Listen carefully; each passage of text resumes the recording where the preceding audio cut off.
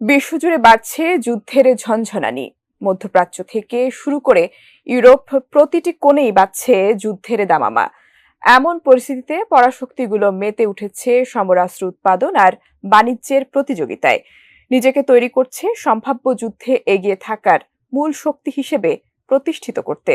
সেই দৌড়ে এবার সামিল হয়েছে ইউরেশিয়ার পরাশক্তি তুরস্কও। হঠাৎ করেই বিপুল পরিমাণ ট্যাঙ্ক উৎপাদন বাড়িয়েছে এরদোয়ানের দেশ। কিন্তু কেন এমন রণপ্রস্তুতি? তবে কি কোনো যুদ্ধের শঙ্কায় রয়েছে আঙ্কারা? সেই খবরই জানাচ্ছেন শেখ ফরিদ। তুরস্কের নিজস্ব মেইন ব্যাটল ট্যাঙ্ক আলতাইয়ের বিপুল পরিমাণে উৎপাদন শুরু করেছে, এমন তথ্য নিশ্চিত করেছেন তুর্কি প্রতিরক্ষা বাহিনীর এক জ্যেষ্ঠ কর্মকর্তা। এসব ট্যাঙ্ক উৎপাদন করছে তুর্কি প্রতিরক্ষা সরঞ্জাম উৎপাদনকারী প্রতিষ্ঠান বিএমসি ডিফেন্স। তুর্কি প্রতিরক্ষা শিল্পের হেড অব প্রেসিডেন্সি হালুক গোরগুন জানান, এরই মধ্যে তুরস্কের জাতীয় মেইন ব্যাটল ট্যাঙ্কের বিপুল পরিমাণ উৎপাদন শুরু করা হয়েছে।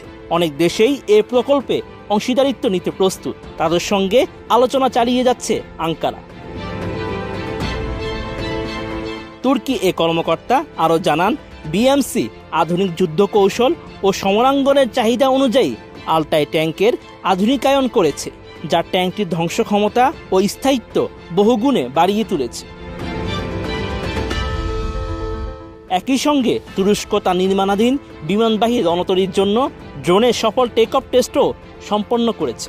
সম্প্রতি একটি স্থলভিত্তিক রানওয়ে থেকে সফলভাবে তার প্রথম স্কি জাম্প পরীক্ষা সম্পন্ন করেছে। ডিজাইন, এলিগেন্স, বিউটি, সেরা পণ্য সবার জন্য জেভিকো।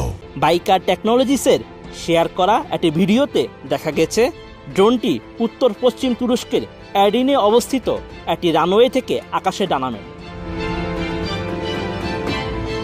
এ সময় বাইরাক্তার TB3 ড্রোনটি 12 ডিগ্রি বাঁকা একটি রানওয়ে থেকে টেক অফ করে, যা একটি বিমানবাহী রণতরীর ফ্লাইট ডেকের আদলে তৈরি।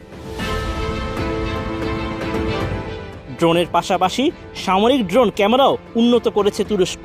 বাইকার কোম্পানির শেয়ার করা ভিডিওতে দেখা যায় তুর্কি প্রতিরক্ষা প্রতিষ্ঠান আসেলসানের তৈরি আসেল ফ্লিট 500 ক্যামেরা ব্যবহার করে সমুদ্রে ভাসমান একটি লক্ষ্যবস্তুকে ধ্বংস করেছে বাইরাক্তার আকিঞ্চি ড্রোন। এই সময় তুর্কি সমরাস্ত্র উৎপাদন প্রতিষ্ঠান রকেটসানের তৈরি MAMT ও MAML ক্ষেপণাস্ত্র ব্যবহার করা হয়েছে। Sheikh Farid, ATN news.